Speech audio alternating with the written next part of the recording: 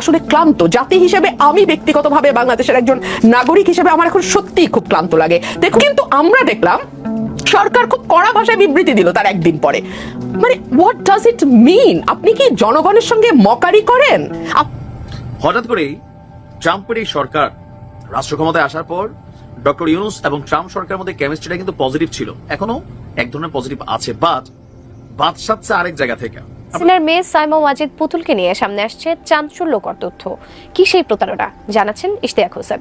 দর্শক, এবার টকশোতে ডক্টর ইউনূসকে কঠিন দোলাই দিয়েছেন বিএনপির নেত্রী রুমিন ফারহানা। এমনকি রুমিন ফারহানা ডক্টর ইউনূসকে ইবলিশ শয়তান বলে আখ্যা দিয়েছেন। 32 কি তার বাপের নাকি? রুমিন ফারহানার এরকম বক্তব্য নিয়ে তুলপা সৃষ্টি হয়ে পড়েছে সারা দেশে। এই ভিডিওতে দেখতে পারবেন। অন্যদিকে আমেরিকা থেকে ডক্টর ইউনূসকে কঠিন বার্তা দিয়েছেন। এবার কপাল খুলে গেল আওয়ামী লীগের। খুবই গুরুত্বপূর্ণ একটি ভিডিও। দর্শক, আসুন না টেনে একটি লাইক দিয়ে বিস্তারিত ভিডিওটি আমরা দেখে আসি। আমরা না আসলে ক্লান্ত জাতি হিসেবে, আমি ব্যক্তিগতভাবে বাংলাদেশের একজন নাগরিক হিসেবে আমার এখন সত্যিই খুব ক্লান্ত লাগে। দেখুন নিকোল, গাজীপুরে যে ঘটনাটা ঘটেছে, সেই ঘটনায় কারা ঘটালো, কারা মদদ দিল, কারা সেটাতে উস্কে দিল, এবং কেন মাঠে পুলিশ এবং সেনাবাহিনী মোতায়েন থাকা সত্ত্বেও এই ধরনের ঘটনা ঘটতে পারলো, সেটা স্বরাষ্ট্র উপদেষ্টার বের করার কথা, তাই নয় কি? কিংবা ধরুন 32 নম্বরে 2 দিন যাবৎ একটি বাড়ি ভাঙা হলো, মাটির সঙ্গে মিশিয়ে দেয়া হলো, আগুন দেয়া হলো, এবং মানে এক ধরনের উৎসব মুখর পরিবেশে পুরো ঘটনাটি ঘটলো। এবং তারপরে আমরা দেখলাম সরকার নিন্দা জানাচ্ছে। সরকার যদি শক্ত স্ট্যান্ড নিয়ে বলতো আমরা এটা সমর্থন করছি, কারণ জার্মানিতে নাজিদেরকে একেবারে মাটির সঙ্গে মিশিয়ে দেওয়া হয়েছিল, তাদের কোনো অস্তিত্ব রাখা হয়নি, ঠিক একইভাবে আমরা বাংলাদেশেও শেখের কোনো অস্তিত্ব রাখবো না, এটা যদি তারা বোল্ডলি ঘোষণা দিয়ে করতো, তাহলে মানুষ আশ্বস্ত হতো এই ভেবে যে ও আচ্ছা, সরকারের অন্তত নিয়ন্ত্রণ আছে, সরকার জানে ঘটনাটি ঘটছে এবং সরকার এটিকে ঘটতে দিচ্ছে বিকজ সরকার এটিকে সমর্থন করে। কিন্তু আমরা দেখলাম সরকার খুব কড়া ভাষায় বিবৃতি দিল তার একদিন পরে। মানে হোয়াট ডাজ ইট মিন? আপনি কি জনগণের সঙ্গে মকারি করেন? আপনি কি রাষ্ট্র পরিচালনাটাকে এক ধরনের ছেলে খেলা মনে করেন? এটা কিন্তু ছেলে খেলা নয় নিকোল। এবং 18 কোটি মানুষ, মতান্তরে 20 কোটি মানুষ কিন্তু হুমকির মুখে পড়তে যাচ্ছে সরকারের এই অযোগ্যতা এবং অপদার্থ লোকজনকে পদে বসানোর কারণে। আমরা অনেকেই অনেক আশা নিয়ে এই সরকার গঠন করা হয়েছিল, এবং সেই সময়ে বড় বড় সকল রাজনৈতিক দল বলেছিল যে এই সরকার আমাদের সরকার, এই সরকারকে কোনোভাবে ব্যর্থ হতে দেওয়া যাবে না। আমরা তো দেখছি সরকার ব্যর্থ হওয়ার জন্য মরিয়া হয়ে গেছে। সরকার যদি জনজীবনের ন্যূনতম স্বস্তিটুকু আনতে পারত। মানে এখন কি হয়েছে বাংলাদেশে, আমরা সন্ধ্যার পরে বহু বহু বহু বছর পর আবারও বেরোতে এখন ভয় পাই। আপনিও ভয় পান, স্বীকার করবেন কি করবেন না জানি না, আমি ভয় পাই ভাই। এবং আমি এটা সকল চ্যানেলে বলি, রাত হলে আমাকে আমার সঙ্গে আরেকটা লোক দিতে হবে গাড়িতে। এটা তো আমি গত 15 বছর বলি নাই। সো পরিস্থিতিটাকে আপনারা সেই জায়গায় নিয়ে গেছেন, এবং আমি যখন সাধারণ মানুষ, সেই মানুষগুলো বিশ্বাস করেন কোনো রং লেবাজের মানুষ না, একেবারে আম জনতা।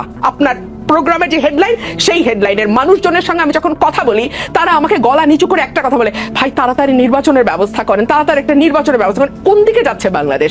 কোন দিকে যাচ্ছে বাংলাদেশ? এইটা কি এই 22 জন উপদেষ্টার জবাব দেওয়ার কথা নয়? আমরা তো কয়েক লক্ষ কোটি টাকা ব্যয় করে একটা সরকারকে রাখি যাতে জনজীবনে ন্যূনতম স্বস্তিটুকু বজায় থাকে। সেটা আপনাকে এনশিওর করতে কি ডেভিল হান্ট, অ্যাঞ্জেল হান্ট, কি জানি আরেকটা বললেন, এগুলো মনেও রাখতে চাই না আমি। এগুলো ভারী ভারী নাম, হ্যাঁ আমি মনে রাখতে চাই না নিকোল। এইসব ভারী ভারী নাম দিয়ে, শব্দ দিয়ে কেন আপনাকে আওয়াজ দিতে হয়? আমি আসলে আর কোনো শব্দ নিয়ে আলোচনা করতে চাই না, আমি কাজ দেখতে চাই। আজকে শুরু হয়েছে যে 1000 কয়টা মানুষের কথা আপনি বললেন ধরা হয়েছে, তাদেরকে গত পরশু কেন ধরা হয় নাই? মানে তারা কি গত পরশু ফেরেশতা ছিল, ডেভিল হান্টের পর শয়তান হয়েছে? তা তো না নিকোল, প্লিজ কাজ করতে বলেন। হ্যাঁ, মানে আমরা শব্দের জাদুতে অনেক বেশি বিপদ, তার জন্য কি 6 মাস অনেক বেশি সময় নয়? কিন্তু এই 6 মাসে আমরা কি একটা দিনের জন্য স্বস্তিতে থাকতে পেরেছি? 6 মাস মানে 180 দিন। আপনি আমাকে একটা দিনের কথা চিন্তা করে বলুন তো, যেদিন শাহবাগে কেউ বসেনি, যেদিন সায়েন্স ল্যাবের মোড়ে কোনো গন্ডগোল হয়নি, কিংবা যেদিন আজকেও হয়েছে একদম তাই, এবং কিংবা যেদিন দুই পক্ষের মারামারি হয়নি, কিংবা ছিনতাই বা খুন রাহাজানির মতন ঘটনা ঘটে নাই, প্রতিটা দিন কিছু না কিছু হয়েছে।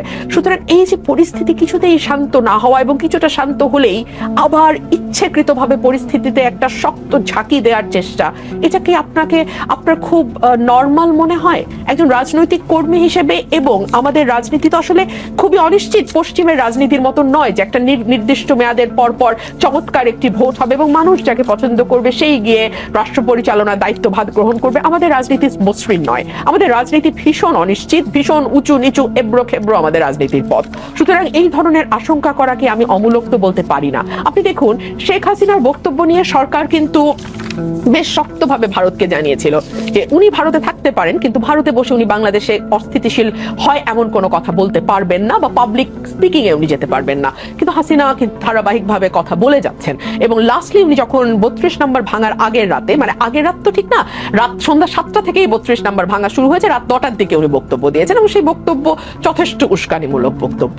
এবং তারপরে আমরা দেখলাম 2 দিন ধরে টানা ভাঙচুর হলো, বিভিন্ন জেলায় আওয়ামী লীগের নেতাদের বাড়ি ঘরে লুটপাট হলো, হামলা হলো, ভাঙচুর হলো, আগুন দেয়া হলো এবং একটা সিস্টেম্যাটিক প্যাটার্ন আমরা লক্ষ্য করলাম। এবং যেটা সবচেয়ে অ্যালার্মিং নিকোল, যেটা আমি একটু আগে বলছিলাম, সরকার বিবৃতি দিয়ে তার দায়টা সারলো। সরকার কিন্তু তার বেশি কিছু করেনি। মাঠে কিন্তু সেনাবাহিনী মোতায়েন আছে। আমি জানি না আমাদের দর্শকদের কথাটি মনে আছে কিনা, কারণ আমাদের ভুলে যাওয়ার মতন পরিস্থিতি হচ্ছে বলেই আমি আবার মনে করিয়ে দিচ্ছি যে মাঠে কিন্তু আইন শৃঙ্খলা রক্ষার দায়িত্বে সেনাবাহিনীও মোতায়েন আছে। এইরকম অবস্থায় যখন আইন শৃঙ্খলা কিছুতেই রক্ষা করা যায় না অবস্থা তৈরি হয়, বা কোনো কোনো মহল তৈরি করে, তখন এটা তো ভাবাটা খুব অমূলক হবে কি যে আর কথায় আছে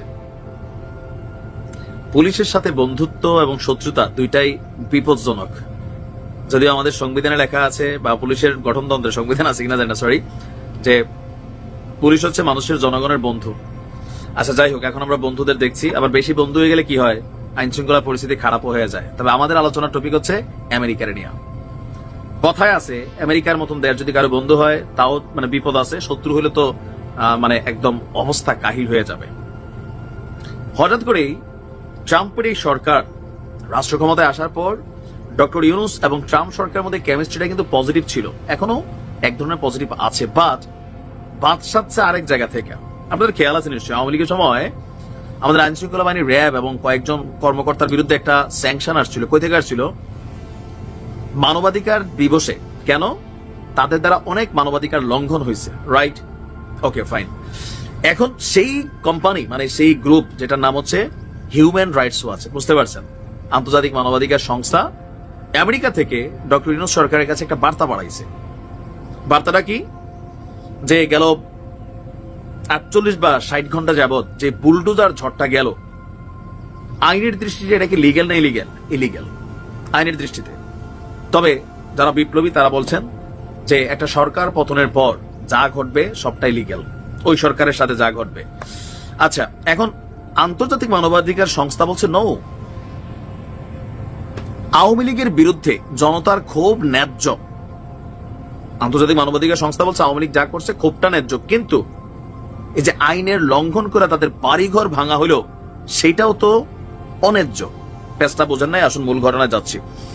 আপনার ক্ষমতাচ্যুত আওয়ামী লীগ সরকারের বিরুদ্ধে ক্ষোভ ন্যায্য হলেও আইনের লঙ্ঘন ন্যায্য নয়। ধানমন্ডি 32 নম্বরে বঙ্গবন্ধু শেখ মুজিবুর রহমানের বাড়ি এবং দেশের বিভিন্ন স্থানে আওয়ামী লীগ নেতাদের বাড়িতে হামলা ভাঙচুর এবং সম্পত্তি রক্ষায় সরকারের ব্যর্থতা নিয়ে দেওয়া এক বিবৃতিতে এটা বার্তা দিয়েছে আপনার নিউ ইয়র্ক ভিত্তিক মানবাধিকার সংগঠন হিউম্যান রাইটস ওয়াচ, HRW। আপনার এই সংস্থাটির এশিয়া অঞ্চলের প্রিয় দর্শক, ইতিমধ্যে আপনারা ভিডিওতে দেখেছেন যে টকশোতে ডক্টর ইউনুসকে কঠিন দোলাই দিয়েছেন বিএনপির নেত্রী রুমিন পারহানা। এমনকি রুমিন পারহানা ডক্টর ইউনুসকে ইবলিশ শয়তান বলে আখ্যা দিয়েছেন। 32 কি তার বাপের নাকি? রুমিন পারহানার এরকম বক্তব্য নিয়ে তুলপা সৃষ্টি হয়ে পড়েছে সারা দেশে। অন্যদিকে আমেরিকা থেকে ডক্টর ইউনুসকে কঠিন বার্তা দিয়েছেন।